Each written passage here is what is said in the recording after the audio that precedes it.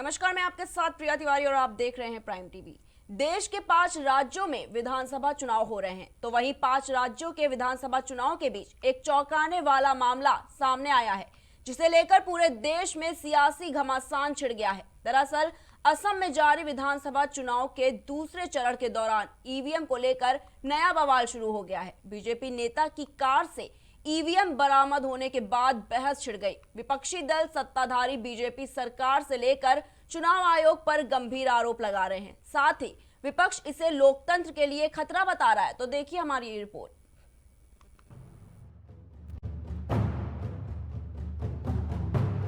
असम की बराक घाटी में गुरुवार को चुनाव के दूसरे चरण की वोटिंग के बाद माहौल बेहद तनावपूर्ण हो गया। आपको बता दें कि ईवीएम से जुड़ी 2 अलग अलग घटनाओं के चलते माहौल तनावपूर्ण हो गया, जिसमें एक घटना करीमगंज जिले के पाथरकंडी विधानसभा सीट में सामने आई, जहां बीजेपी नेता कृष्णेंदु पॉल से जुड़ी कार में कथित तौर पर ईवीएम रखे जाने पर हिंसा भड़क गई। इससे स्थानीय लोगों में तनाव पैदा हो गया। दरअसल एक वीडियो सोशल मीडिया पर वायरल हो रहा है, जिसमें भाजपा से विधायक उम्मीदवार पॉल की कार में ईवीएम होने का दावा किया गया, जिसके बाद इस पूरे विवाद ने जोर पकड़ लिया। वीडियो में कुछ लोग कार को घेरे हुए दिखाई दे रहे हैं। वीडियो में दिख रहा है कि सफेद रंग की जीप के अंदर ईवीएम रखी हुई है। वीडियो में लोग यह कहते हुए भी सुने जा सकते हैं कि यह जीप कृष्णेंदु पॉल की है। तो वहीं ईवीएम मिलने के मामले में नया मोड़ आ गया है। सूत्रों के मुताबिक चुनाव आयोग की गाड़ी में खराबी की वजह से बीजेपी उम्मीदवार की कार से ईवीएम को सही सलामत पहुंचाने में मदद ली गई थी। तो वहीं इस मामले में अज्ञात लोगों के खिलाफ एफआईआर भी दर्ज हो चुकी है, जिन्होंने ईवीएम ले जाने वाली कार को रोका था। आपको बता दें कि पिछली रात असम में पथरकंडी विधानसभा के एक कार में ईवीएम मशीन मिली, जिसे रोककर लोगों ने कहा कि यह कार चुनाव आयोग की नहीं है। वीडियो में साफ तौर पर सुना जा सकता है। तो वहीं इस पूरे मामले पर कांग्रेस ने भाजपा पर एक बार फिर पलटवार किया है। कांग्रेस महासचिव प्रियंका गांधी, शशि थरूर समेत कई लोगों ने इस वीडियो को शेयर किया है। वहीं प्रियंका गांधी ने ट्वीट कर कहा कि हर बार ऐसे वीडियो सामने आते हैं जिनमें प्राइवेट गाड़ियों में ईवीएम ले जाई जाती है। अप्रत्याशित रूप से उसमें कुछ चीजें कॉमन होती हैं। गाड़ियां बीजेपी उम्मीदवार या उनके साथियों से जुड़ी होती है। वहीं वीडियो एक घटना के रूप में सामने आती है और फिर झूठ बताकर खारिज कर दी जाती है। इस पूरी घटना की भनक जब चुनाव आयोग को लगी तो चुनाव आयोग से जुड़े अधिकारी घटना स्थल पर पहुंचे और वहां पर जाकर पड़ताल की। शुरुआती पड़ताल में पता चला कि जिस गाड़ी से ईवीएम लाई गई वह बीजेपी विधायक उम्मीदवार की पत्नी के नाम पर रजिस्टर्ड है। घटना के बाद जब ईवीएम मशीन की जांच की गई तो पता चला कि वह पूरी तरह से सील बंद और सुरक्षित है और उनके साथ किसी भी तरीके की छेड़छाड़ नहीं हुई। साथ ही चुनाव आयोग ने परिवहन प्रोटोकॉल का उल्लंघन करने के लिए पीठासीन अधिकारी को कारण बताओ नोटिस भी जारी कर दिया है। साथ ही पीओ और अन्य 3 अधिकारियों को निलंबित कर दिया है। हालांकि ईवीएम सील बंद पाई गई है, लेकिन पोलिंग संख्या 149 पर दोबारा मतदान कराने का फैसला लिया गया है। देश में जहां एक तरफ चुनावी माहौल है तो वहीं दूसरी तरफ बीजेपी उम्मीदवार की कार से मिली ईवीएम मशीन बड़े सवाल खड़े कर रही है। ऐसे में चुनाव आयोग पर गंभीर सवाल खड़े होते हैं। सवाल ये कि क्या इसी तरह से चुनाव आयोग निष्पक्ष चुनाव करा रही है? सवाल यही कि क्या देश में बेहतर लोकतंत्र की कामना की जा सकती है? Desk report, prime TV. बढ़ते हैं अगली रिपोर्ट की ओर। पश्चिम बंगाल के चुनाव में जैसे जैसे एक एक चरण बीतता जा रहा है, वैसे वैसे बीजेपी और टीएमसी के बीच जुबानी जंग तेज होती जा रही है। अमित शाह जहां ममता बनर्जी को निशाने पर लिए हुए हैं, वहीं ममता बनर्जी ने पीएम मोदी को नसीहत दी है कि वो अमित शाह को कंट्रोल में रखें। देखिए हमारी ये रिपोर्ट।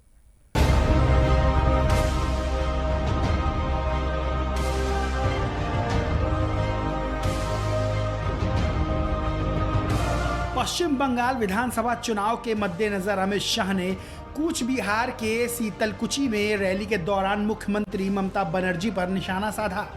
उन्होंने कहा कि दीदी 3T मॉडल पर सरकार चला रही हैं, तानाशाही, टोलाबाजी, तुष्टीकरण, जबकि मोदी जी 3V पर सरकार चलाते हैं, विकास, विश्वास और व्यापार। इन 3V के आधार पर हम बंगाल का विकास करेंगे। उन्होंने कहा कि कल तय हो गया कि वो नंदीग्राम से हार रही हैं। बता दें कि बंगाल चुनाव के दूसरे चरण का मतदान गुरुवार को हुआ। इस दौरान नंदीग्राम में वोट पड़े। ये इस चुनाव की सबसे हॉट सीट है। यहाँ से ममता के खिलाफ शुवेंदु अधिकारी मैदान में है। शुवेंदु पहले टीएमसी में ही थे। पिछले साल दिसंबर में वे बीजेपी में शामिल हुए।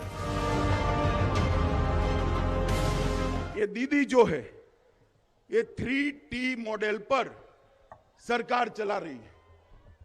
3T मॉडल पर इसके 3T क्या है? एक है तानाशाही, दूसरा है टोलाबाजी और तीसरा है तुष्टीकरण। ये 3T पर सरकार चलाती है और मोदी जी 3V पर चलाते हैं।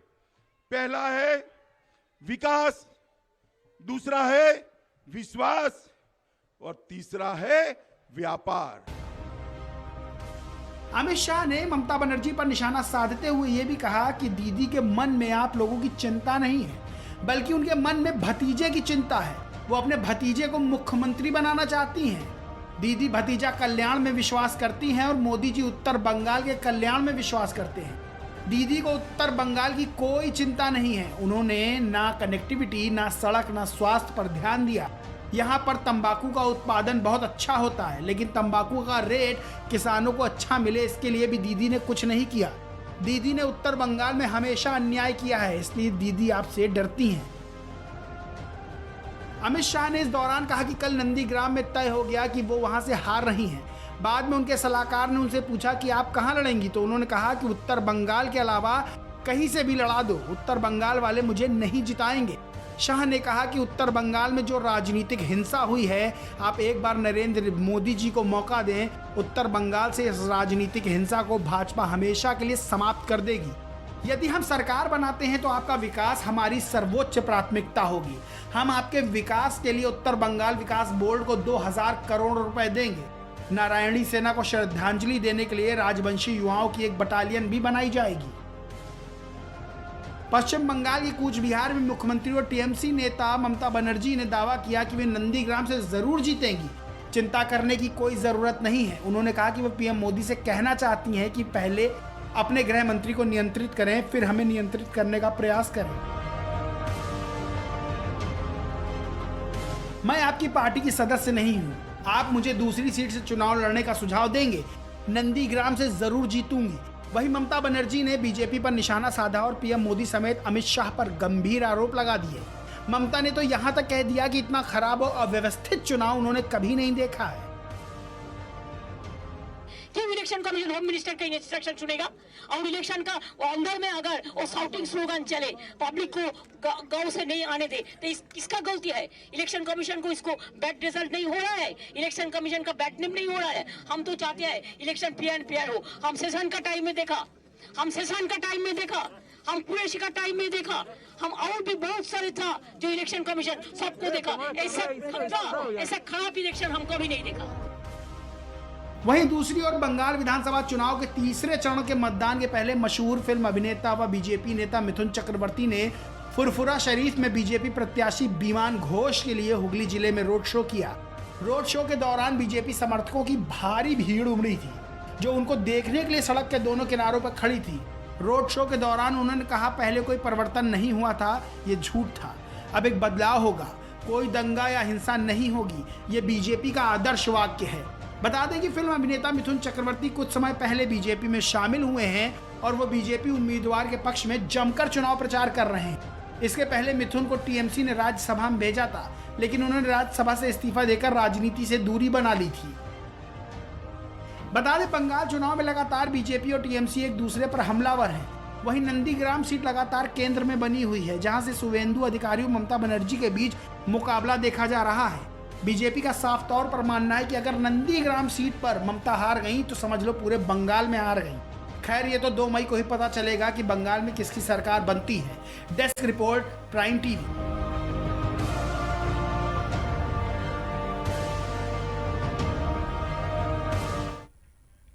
पश्चिम बंगाल और असम में दूसरे चरण का मतदान संपन्न हो गया है। भारी हिंसा के बीच मतदाताओं ने जमकर अपने मतों का प्रयोग किया। वहीं बीजेपी ने टीएमसी पर तो टीएमसी ने बीजेपी पर हिंसा भड़काने का आरोप लगाया। तो आपको छोड़ जाते हैं इस रिपोर्ट के साथ, हमें दीजिए इजाजत।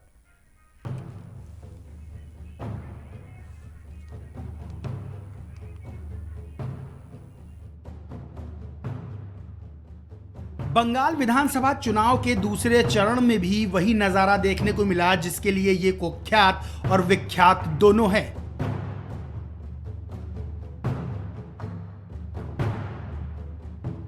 सूबे की 30 विधानसभा सीटों पर 80% से ज्यादा मतदान हुआ। उधर असम में 75% से ज्यादा मतदाताओं ने मताधिकार का उपयोग किया।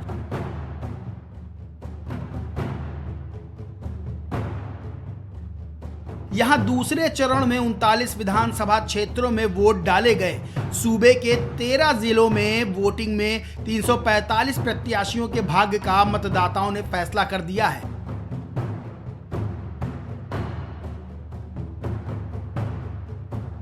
गौरतलब है कि बंगाल व असम में तीसरे चरण का मतदान 6 अप्रैल को होगा। 6 अप्रैल को ही पुडुचेरी, केरल व तमिलनाडु में वोट डाले जाएंगे।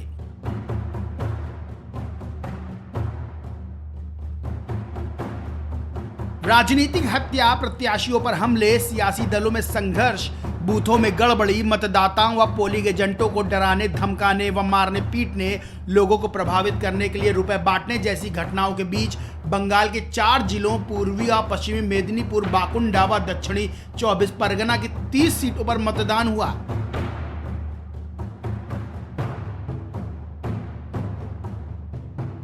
दूसरे चरण की सबसे हॉट सीट नंदीग्राम में 80% से ज्यादा मतदान हुआ। 2016 के चुनाव में यहां कुल 87.48% वोट पड़े थे।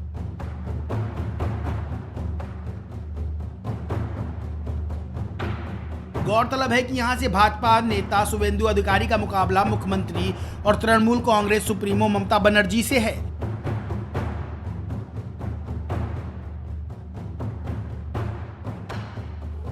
दो घंटा वोट रोक के इतना सिक्योरिटी लेकर उधर और इतना सब गुंडा को लेकर जो ड्रामाबाजी किया, सीधा सीधा एमसीसी के खिलाफ है। आप क्या कंप्लेन करेंगे इसके खिलाफ? वोटिंग कंप्लीट होने दीजिए। उन्होंने कहा कि 80% बोगस वोटिंग हुई है बोयला प्राइमरी स्कूल में। बोयल प्राइमरी स्कूल में तो वोटर को अपमान कर रहा है, वोटर को अपमान कर रहा है, वोटर्स को अपमान कर रहा है। पहले दिन से नंदीग्राम का लोग को अपमान करना उसकी आदत में पड़ गई। वो जो चोट आया एक्सीडेंट में, उसकी लेकर भी एक ही इल्जाम लगाया। गवर्नर को भी कॉल कर दिया उन्होंने। अरे गवर्नर ऑनरेबल पोस्ट है, कॉन्स्टिट्यूशनल पोस्ट है, बात कर सकता है, कोई दिक्कत नहीं। तो इलेक्शन कमीशन इलेक्शन कंडक्ट करता है, गवर्नर और राष्ट्रपति नहीं।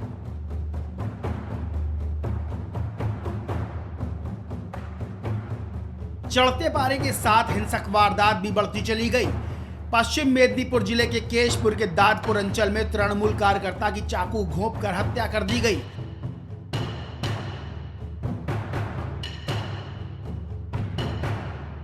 आरोप भाजपा पर लगा है। पुलिस ने इस मामले में 7 लोगों को गिरफ्तार किया है। नंदीग्राम के 1 नंबर ब्लॉक में भाजपा कार्यकर्ता का उसके घर में फंदे से लटकता शव मिला।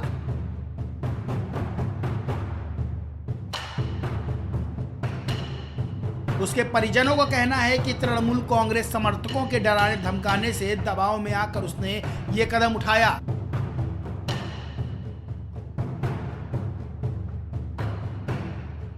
नंदीग्राम के ही भेकुटिया इलाके के 28 नंबर बूथ में उदय शंकर दुबे का शव बरामद हुआ है।